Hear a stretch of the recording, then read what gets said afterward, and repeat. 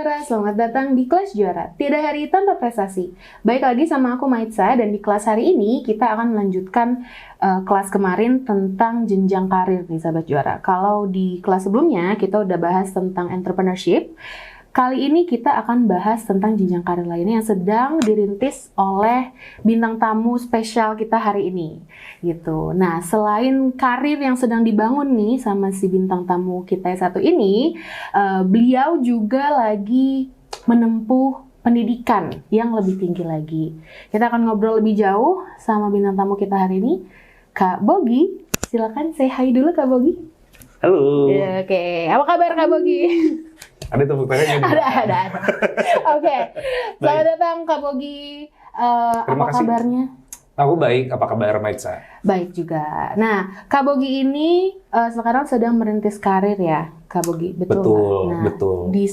Di satu sisi yang lainnya, Kak Bogi juga lagi belajar ya untuk Sekarang lagi ngelanjutin jenjang studi. jenjang Betul. studi. Oke, nah kita akan ngobrol lebih jauh nih. Mungkin Kak Bogi juga pasti paham kan tentang entrepreneurship dan lain sebagainya. Kira-kira kalau dibandingin nih sama karir yang sedang dijalani sekarang, itu apa sih pros and cons-nya? Kita akan ngomongin itu.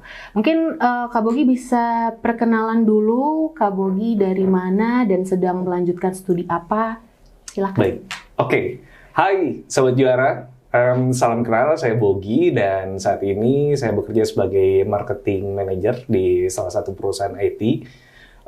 Inisialnya adalah PS, kepanjangannya Poinstar. Ternyata ada kepanjangannya. Dan saat ini saya juga sedang menempuh jenjang jenjang studi, seperti yang tadi Maitza bilang, untuk melanjutkan studi saya di Pascasarjana S2, yaitu di Magister. Dan spesifiknya sebenarnya adalah di komunikasi, lebih spesifik lagi, khususnya adalah di marketing communication. Oke, marketing communication. Jadi kalau ditarik sih sejalan ya sama karir yang lagi ditempuh sekarang, yang lagi dibangun sekarang. Betul sekali. Oke, nah sebelum kita lanjutin nih, kita boleh tahu nggak dulu Kak Bogi S1-nya ngambil apa? Nah, Apakah sejalan juga? untuk bagian itu enggak nih, Kak Maitza, gitu. kebetulan. Oke. S1 dulu kebetulan aku di agribisnis. Dan agribisnis itu maksudnya fakultasnya adalah pertanian. Fakultas gitu. Pertanian. Kalau orang zaman dulu kenalnya mungkin sosial ekonomi ya. Gitu. Oke. Tapi untuk mulai dari tahun 2008, ya ketahuan umurnya. Ketahuan angkatan berapa ya? Mulai dari tahun 2008, akhirnya itu kemudian diubah menjadi agribisnis dan juga agroekoteknologi. Untuk agroekoteknologi itu lebih ke teknikal, sementara untuk di agribisnis kami lebih banyak belajar dari sisi sosial ekonominya, aspeknya di situ. Oke, I see. Nah, kan Kak Bogi berarti udah selesai S1, kemudian bekerja dulu ya, baru Betul. kemudian ke S2 sekarang lagi ditempuh nih. Selama perjalanan karir dan juga studinya ya gitu, kira-kira bisa diceritain sedikit nggak ke sahabat juara di rumah, yang dirasain tuh apa sih gitu? Maksudnya ketika ada shifting ya dari S1 nih, S1-nya dengan jurusan yang berbeda gitu ya, dengan kemudian karir yang sedang kita bangun, itu mulainya gampang nggak sih? Gitu. Oke, disclaimer dulu nih Kak Maitza. Jadi aku harus bilang bahwa aku tuh punya banyak privilege sebenarnya ketika kuliah. Salah satunya adalah diperkenalkan dan dipertemukan sama orang-orang yang memang mereka hobi untuk sharing. Nah, aku ketemunya adalah sama teman-teman yang memang ketika kuliah, mereka itu teman-teman komunikasi.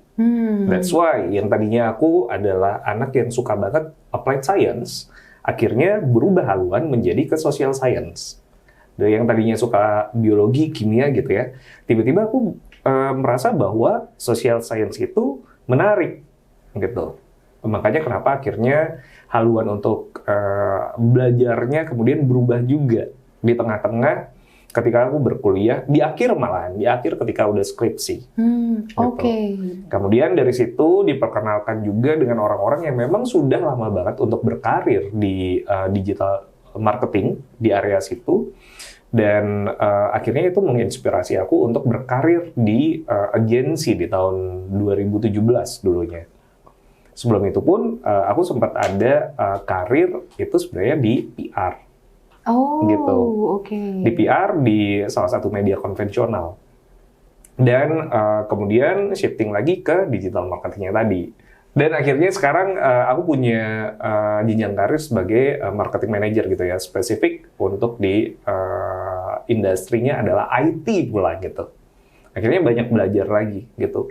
Itu yang aku rasa banyak banget gitu ya obstacle-nya, tantangannya. Aku nggak boleh bilang sebagai obstacle, tapi lebih ke challenge ya di sini gitu. Jadi itu challenge-nya, harus belajar banyak hal baru. Belajar banyak hal baru, dan yang aku tarik sih kalau tadi kita ngobrolin dari awal itu berarti networking-nya pun juga harus dari awal tuh penting ya, cukup penting ya, cukup krusial. Itu dia jalannya Kak Bogi kemarin. Satu adalah dari sisi networking, kemudian yang kedua sebenarnya sangat penting untuk tahu kita tuh sukanya apa dari awal. Dan kebetulan aku dipertemukannya adalah ketika tengah-tengah dan bahkan di ujung gitu, ketika udah mau lulus kuliah. Baru dipertemukan dengan hal yang ternyata, oh, I like it. Gitu. Jadi pas ketemunya baru di tengah-tengah menjalani S1 kemarin. Betul. Ya gitu. Nah, kalau dari tadi kita kan udah ngomongin banyak challenge-nya gitu ya. Terus setelah Kak Bogi akhirnya menemukan nih, oh passion-nya di sini gitu.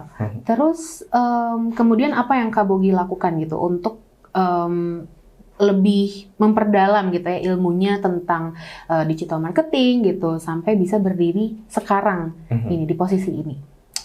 Yang aku lakukan pertama kali adalah aku mencoba untuk ambil internship. Jadi jatuhnya adalah learning by doing. Kemudian mengumpulkan banyak informasi, insight-insight dari portal-portal yang di situ aku bisa banyak belajar tentang digital marketing. Kemudian aku ketemu dengan orang-orang yang menggeluti dunia digital marketing dari awal, dan aku banyak belajar dari mereka. Dan kebetulan itu akhirnya jadi salah satu side job. Jatuhnya dulu ketika masih di jenjang sarjana, akhirnya itu jadi salah satu freelance yang membiayai kuliahku akhirnya ketika di S1 dulu gitu.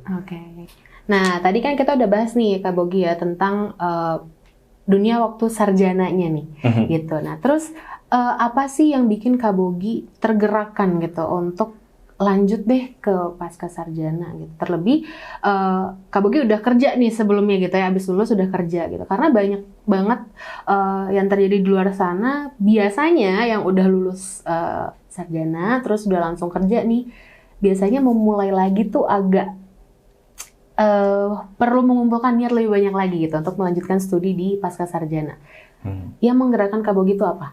Yang menggerakkan aku sama seperti motonya kelas juara. Tiada hari tanpa prestasi. Tiada hari tanpa prestasi. Betul.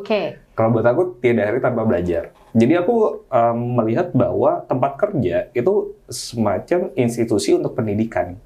Ketika kita masuk, aku tidak melihat bahwa sebuah tempat kerja itu cuma untuk digging penghasilan gitu ya, penghasilan bulanan gitu, enggak. Tapi di situ juga kita belajar.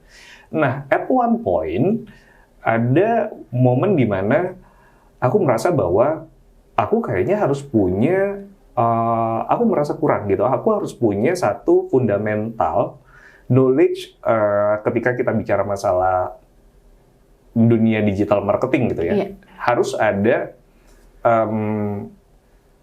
fundamental keilmuannya gitu. That's why waktu itu aku akhirnya memutuskan untuk selama ini aku nggak punya fundamental keilmuan tadi gitu. Basic knowledge-nya nggak ada gitu.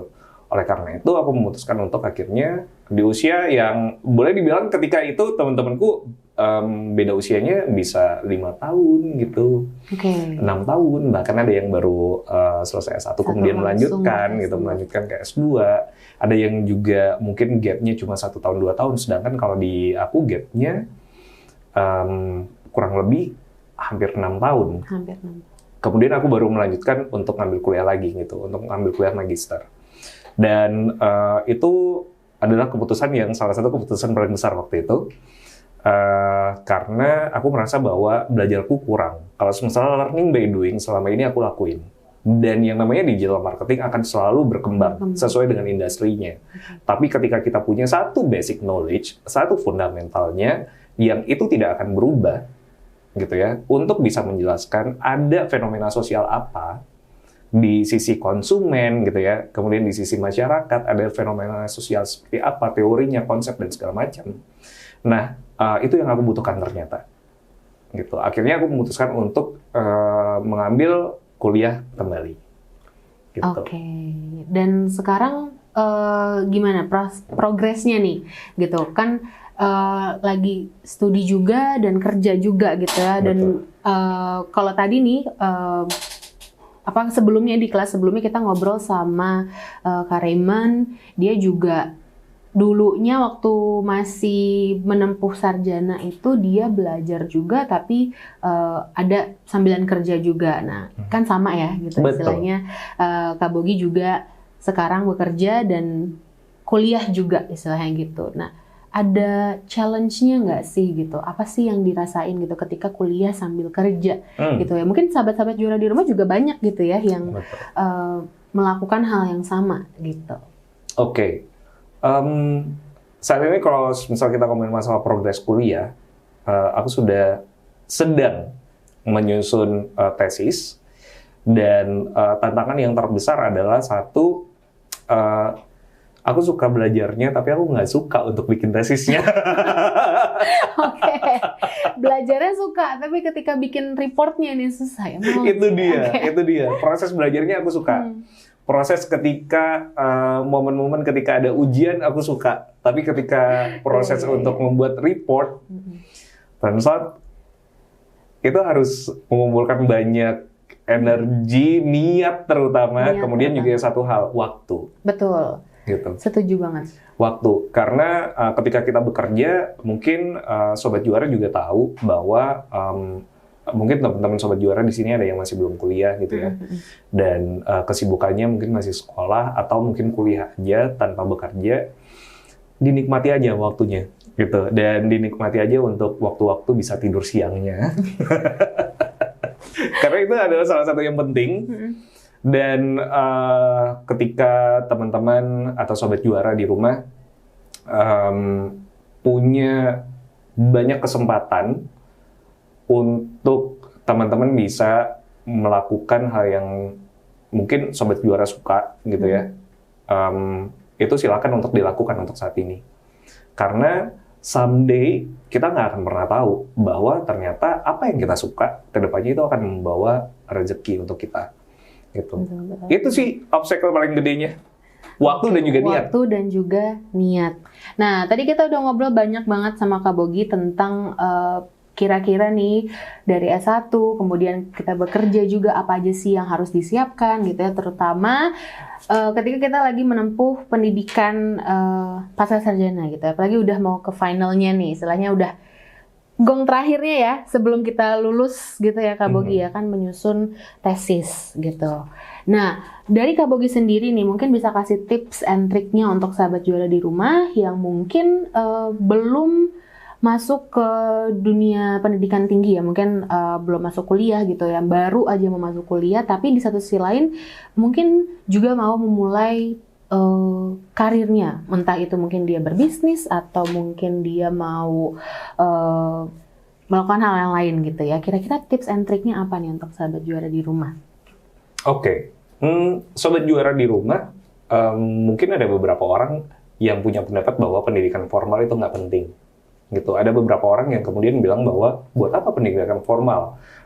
Kalau saya saat ini udah bisa berkarir gitu tanpa pendidikan formal, gitu.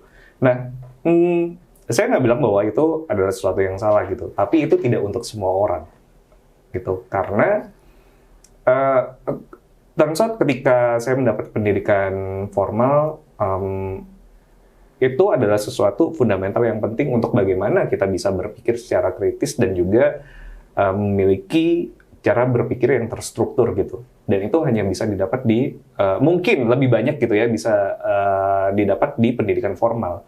Dan kalau teman-teman punya privilege itu, silakan untuk digunakan sebaik-baiknya. Karena ketika teman-teman mendapatkan kesempatan untuk bisa mempelajari sesuatu di pendidikan yang formal, di pendidikan tinggi, sesuai dengan bidangnya ya. Sesuai dengan bidangnya, teman-teman juga pasti akan merasa bahwa, oh, oke, saya cocok ternyata di sini, dan teman-teman pasti akan enjoy untuk menjalani aktivitas apapun itu. Maksud saya ketika udah selesai kuliah, bekerja dan segala macamnya gitu, kemudian mau coba untuk ambil pendidikan pasca sarjana lagi gitu, teman-teman nggak akan ngerasa semuanya itu akan terbebani, nggak, karena semuanya akan dilakukan secara enjoy. Bahkan ketika bekerja pun pasti teman-teman juga akan merasa atau menjalankan kerjanya secara enjoy gitu. Nah, itu tadi tips and trick yang udah dikasih sama Kak Bogi nih untuk sahabat-sahabat juara yang ada di rumah. Semoga tips and trick dan apa yang udah kita bahas hari ini di kelas hari ini ya bermanfaat untuk sahabat juara di rumah yang mau merintis karir dan juga memulai lagi nih, itu ya, mengambil pendidikan formal di pasca sarjana mungkin, atau mungkin ngambil sertifikasi lainnya gitu ya yang formal. Setuju. Gitu. Sahabat juara, jangan lupa untuk subscribe ke YouTube channel kita @kelasjuara dan juga follow Instagram kita @kelasjuara_id. Sampai jumpa di kelas selanjutnya. Kelas Juara. Tiada hari tanpa prestasi. Dadah.